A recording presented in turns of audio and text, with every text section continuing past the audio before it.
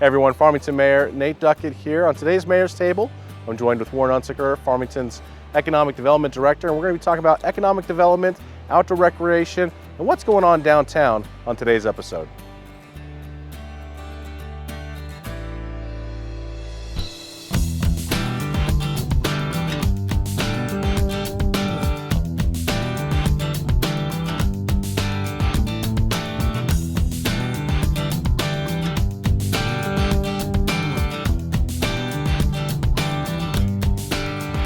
Hey everyone, Farmington Mayor Nate Duckett here with Economic Development Director Warren Unsicker. We hope that you're having a great day and things are going well in your life. Warren, thanks for joining us today. Always a pleasure. Thank you. I think it's far too long. It has been far too long. That's why I think it's kind of the perfect time for us to have a conversation about economic development and what's happening in that realm, whether it's outdoor recreation industry initiative, retirement community, all the different things that we're kind of working on here. It can be good to give everybody an update on what's happening. So thanks for being a part of this. Pleasure. Looking forward to it. So I got some notes here, Warren. Okay. So I want to make sure that we kind of guide this thing forward. Give us a little breakdown. What are some of the most important priorities right now of things coming out of your office? Right. And so as many of you well know, and we've talked about before, some of the priorities as a community that we have of outdoor recreation, retirement community, agricultural manufacturing, and things to that effect that really create a kind of synergistic relationship within our community to attract new industry. And it all, of course, dovetails into this new announcement we just had with our airport, just builds into our ability to attract these types of businesses. But we've been seeing actual, even during COVID, growth in some of these industries. And so it's exciting to be in the right direction for diversification as we go through these trying times. You know, diversification is a key word. We hear it used often, and it's one of the things that, as an elected official, when you're put into office, you get that question a lot. What are you going to do different than what other people have done before you? And we've heard here locally that we need to diversify, but we're so heavily dependent upon kind of our natural extractive energy industries that we have in the area. How can we build on other things? And so the setting we're at today kind of speaks to that. We're at the Farmington Museum. We're on the east side of the museum, right next to the Animas River. It's one of the most beautiful spots in the city, and it's an area that we want to see developed, and is one of the components of what I believe to be kind of an iconic location. Absolutely. To bring people down to the river. So let's get into the outdoor recreation industry initiative since we're here.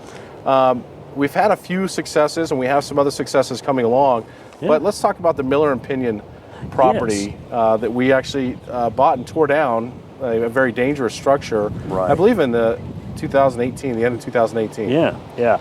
And so we tore down most of the structures that had been dilapidated or burned, but we did have one remaining structure as a 14,000 square foot facility that was still usable. And we've been trying to seek ways to revitalize and reuse that space.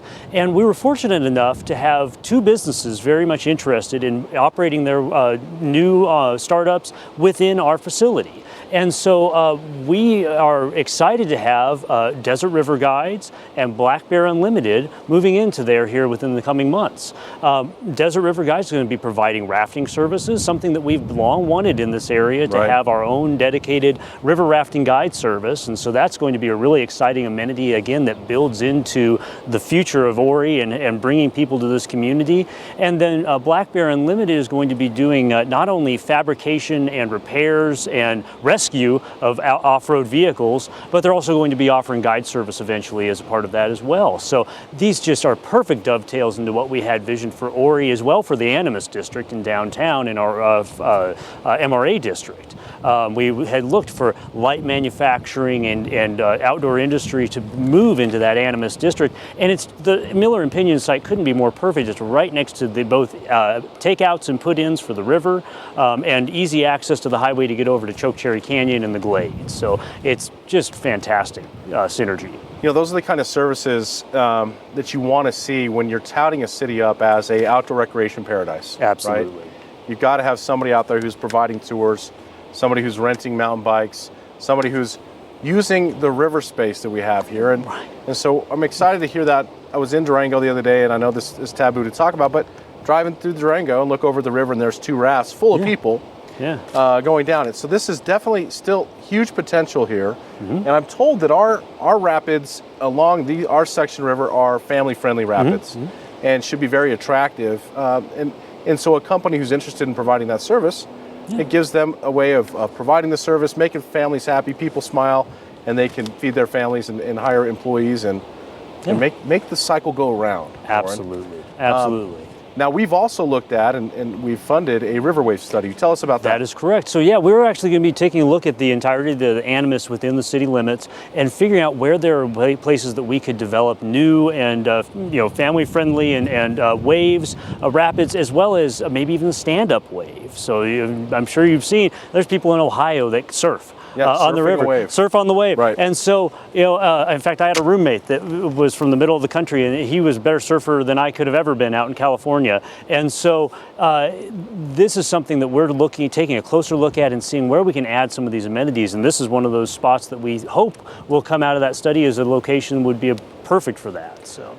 Yeah, we were in Colorado in downtown Denver at the Outdoor Recreation Industry Conference last year, and I had a gentleman come up who said, I'm familiar with Farmington. I'm aware of all the rivers that you have there. And he showed me these YouTube videos of these different places in Colorado where you literally take a surfboard out and you're surfing on a wave in a river. Yeah. That's kind of a visionary thing to me, to see families and kids tubing and people having that time out on a day like this. Yeah. What a great day to be out fantastic. in the river and enjoying that type of thing. And again, now you're providing a private company, an entrepreneur, the ability to rent out goods, to set up shop, to sell food in those areas. So I think that's really, really crucial. Absolutely. Looking at some construction happening around town. Sure. I want to talk about the American Furniture property down by Presbyterian Medical Services and Wellbrook. Yes. What's going on there? So yeah, we have a private company that has come in looking to create some elder care and living facilities there in the old American Furniture facility. I'm sure many of you have seen the pop-up of American Furniture over here in the old Office Depot / Spirit Halloween building. We're excited to have them continue on and then likewise have this great new facility for our retirees and elders in the community. I think it will become an attractor for bringing people from the outside in. It's a perfect dovetail for, again, one of the missions we had, which is to attract active retirees to the community. This is in my opinion, of course, I'm biased, but it's the ideal location for retirement. Absolutely. Low taxes, low utility costs. If you're on a fixed income, you got 280, 300 days of sunshine a year. Right. No natural disasters, knock on wood somewhere. I mean, you don't want to track those things. But you have the ability to get out on trails, whether it's along the Animas Park, here behind the museum. And this trail connection, by the way, last time on the mayor's table, Shauna Reeves, our Park and Recreation Director, let us know that the trail going through here is slated to be completed by 2022. Again, giving us full access to this beautiful riverfront. So, which provides opportunities not only to raise the quality of life for the people who live here, but to attract new people here and provide businesses more people that they can serve, regardless of what industry that business is in. Absolutely, absolutely. And a lot of people will talk about base industry or businesses that are manufacturing goods and such as a key target, but retirement and bringing people in here that don't necessarily require a standard job, but they bring their income and their heart and their volunteerism and boundless experience that they can bring to our community and help just build it that much further into the future. So it's really exciting. Well, speaking of retirement, we're doing a retirement study right now as well, correct? Yeah, absolutely. And so there you're looking at where the opportunities lie in trying to attract retirees to the area and as well as facilities as well. So yeah, we're looking at a feasibility of where are the gaps in the types of facilities that we provide in this area, who are the developers that might be interested and willing to come and take a look at our community for that purpose, and then likewise, where we stand to have the best success in attracting retirees to our community. So these give us, again, more capability of selling the case for Farmington to the broader world at large. And so, for those of us, those out there that don't know about Farmington, this just adds more allure and attraction for those folks that are on the East Coast or the West Coast or elsewhere. And I've heard anecdotally from our realtors in town that they're starting to see more people from those areas moving here, whether it's for jobs or for retirement. They're seeking this place, this beautiful place that we as a community have created to start their new lives, sections of their lives. So this brings into mind the location neutral component. Absolutely. Where, I think a lot of us have learned that with a laptop and a cell phone, you don't even need a printer. A laptop and a cell phone, you can work from home and do a lot of things. Absolutely. So we believe that we are an ideal setting for that, and broadband kind of ties into that conversation as well. And so tell us a little bit about the broadband study that's been done. Sure, and so we've got a few different studies actually going on right now. One that we were partnered with the Southwest Colorado COG to look at formulating a backbone loop, a fiber loop that would interconnect up and around to Cortez and down through Shiprock and around the community to strengthen our fiber connectivity with opportunity potentially to go all the way up into Monticello, Utah, providing us redundancy. Again, that's making it to where if one section goes down, we're not lost completely from internet connectivity. And then likewise, right now we're doing the Farmington Electric Utility is doing a survey to determine need in the community. So if you're a business or a resident and you see a survey come from them, please take a moment to take that survey and tell us how your experience is in our community as we're trying to bolster that. And then likewise, we're looking at EDA funds, the Economic Development Department of the United States of America, and trying to find ways to utilize that funding towards strengthening our middle and last mile. So that's the connectivity that comes right to your doorstep. And so there's a lot of opportunity in broadband. It is a linchpin for attracting location neutral folks. So. Well, and also with schools, this past 4 months, 3 months, we've had a lot of kids at home doing home learning, right? Which requires broadband, Wi-Fi, in order to access the materials that they need. And so that's going to be something I think is going to be ongoing, and we're probably going to see a broadening of online education now that we can see kind of some of the benefits of doing those things. Telemedicine was another thing that we talked about. Telemedicine, broadband's a real key for that as well. But and inside the city of Farmington, we have obviously good internet speed, correct? Yeah. We're talking about the broader region around us. Correct. Which, it's a rural area, but as much as we can bolster it up, the better. Right. Yeah, and honestly, having that connectivity strengthened is only going to help us as we're going after things too, like film studios that need to be able to transfer huge files of initial cuts of their films, and we're trying to attract location-neutral businesses or even businesses that just require, like say, telemedicine. Transferring those files are huge, and the longer it takes, the harder it is for them to accomplish their jobs. So.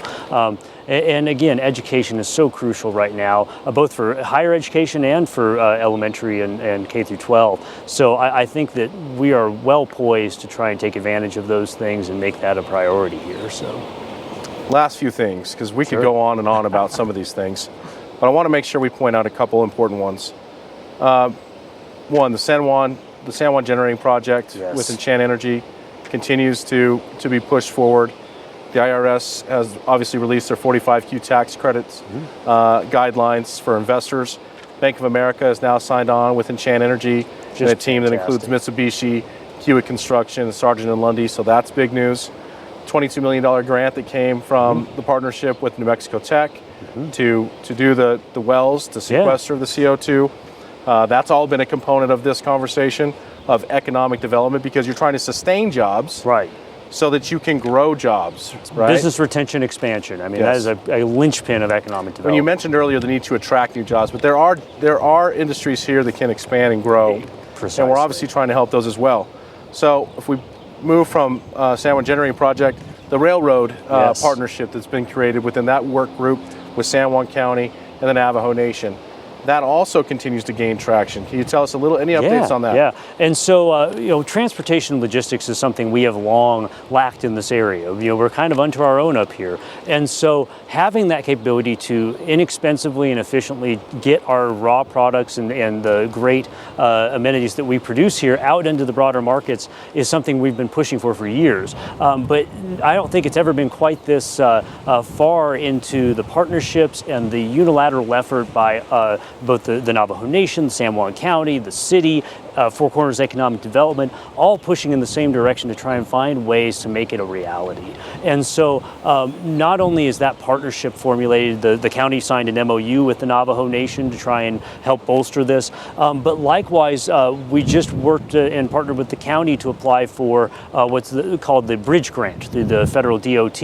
And so that's an opportunity for us to do a rail alignment study. I know we've done some studies in the past. This one would help us engineer and figure out exactly where this line would go, and hopefully provide a package that we can hand to a short haul provider and say, here's the feasibility, here's the demand, and here's where it ought to go, and let's see if we can't make this happen.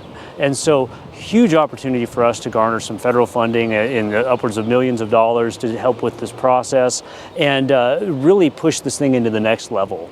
And then the hope is that there's additional federal infrastructure funding that we could take advantage of as we get into the phase of actually constructing it. So it's moving along, and that's encouraging. Well, it's been great too to get the partnership solidified with President Nez, Vice President Elizer from the Navajo Nation. I know that they've signed a letter that's gone to Washington, D.C., talking about the need for federal support.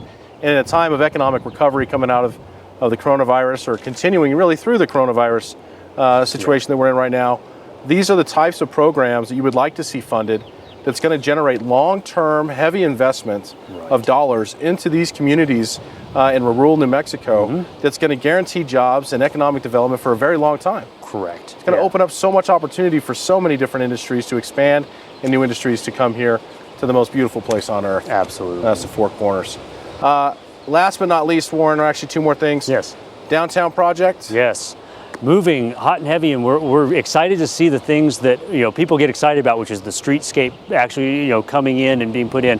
For the last several months, a lot of it's been underground. It's been new infrastructure for our businesses down there, stormwater that's going to mitigate flooding in the future for those businesses. But now you're starting to see the above ground amenities come in. You're seeing the flower beds. You're seeing the great new lamps that are going to light up the pedestrian walkways that much better, and the roadways, and the pavers are starting to come in. So the exciting stuff's happening now, and phase one is nearing completion within the next couple weeks, and so it's really exciting to see. You hate to put a final date on things. July 9th is the date that I was told today. So pure transparency. Obviously our initial goal was to get phase one done in June, but everything always has parts to it, moving parts and things that you find as you go throughout the process. So we're looking at July 9th, and that will allow us to put in, I believe, the lamps, the final part of phase one for the lamps. But council just approved a plan that you put together with Community Works, dealing with outdoor seating and outdoor for dining and retail. Absolutely, and this is in part a response to the COVID situation and the limitations in the amount of dining and retail, the occupancy that people can have and businesses can have, to expand their square footage essentially out into the right-of-way of the city. So we've built these beautiful wide sidewalks. We want to make sure they can take full advantage of them to put patio dining out or sidewalk sale or whatever may decide or imagine to try and draw people in the outdoors of our beautiful Main Street that we've just put together. The revitalization project, Warren, was designed to create a space. Absolutely. Right? It was placemaking. We wanted to slow down traffic.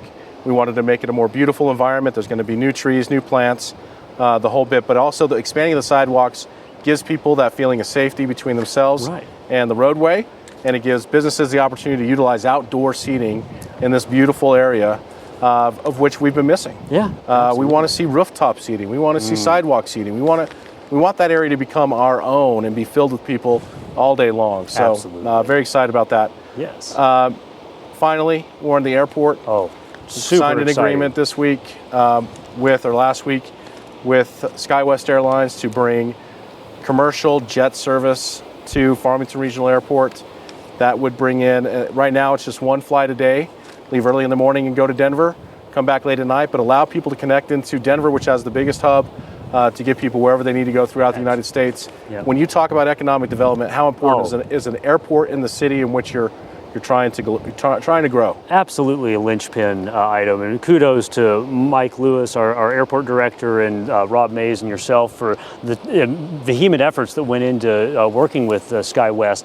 And I talked about the synergies of all the different things we're going after. This fits in perfectly with outdoor recreation and both tourism attraction and business attraction, as well as with retirement living. People want to be able to get their families in and out and to come visit them, and likewise go visit their families if they were come to retire. And location neutral. Exactly. Right? I mean, if you're working here and you got your family here, but your family's in Denver, LA, Washington, wherever, you want to be able to get to them, but still be able to live in a paradise. So it couldn't have come at a better time, and it's just going to, it's icing on the cake of all the other things we're working on, and so we're very excited about that. So. Anything else you want to add today, Warren? No, just that it's been encouraging to see businesses are still expanding. We still have businesses growing. We still have our businesses that we have here that are thriving, and in spite of the coronavirus, they're really doing an amazing job of being creative and thriving through this crisis. And so as we've been through, we formed a business response team that had been pumping out information about how to keep your business vibrant. If there's anyone that has questions, feel free to give us a call. We're more than happy to connect you with the resources that are out there. So. I'm an optimistic guy. I'm a positive guy. I don't want to sheen over the fact that a lot of businesses have obviously struggled quite a bit, not just through the coronavirus, but also during the downtown project as well. The benefit is once all these things are completed and once we get our businesses back up, in my opinion, it's going to feel like we didn't skip a beat. We're going to be pushing through, and businesses are going to be able to reap the benefits of all the work that's been put in by locals here who celebrate this area, by the partnerships with the city and the organizations that make this home, and the businesses that, of course, support this economy. All those things come together in a very congruent way that's going to make for what I hope to be a positive ending to 2020 as we move into the third and fourth quarter. So thank you, Warren, for joining me here today. Thank you, as always, for viewing the Mayor's Table here in the City of Farmington. More information will be coming out, so always stay tuned to the City of Farmington's Facebook page. We appreciate you. Keep your head up. Keep your chin moving forward, and thank you, City of Farmington.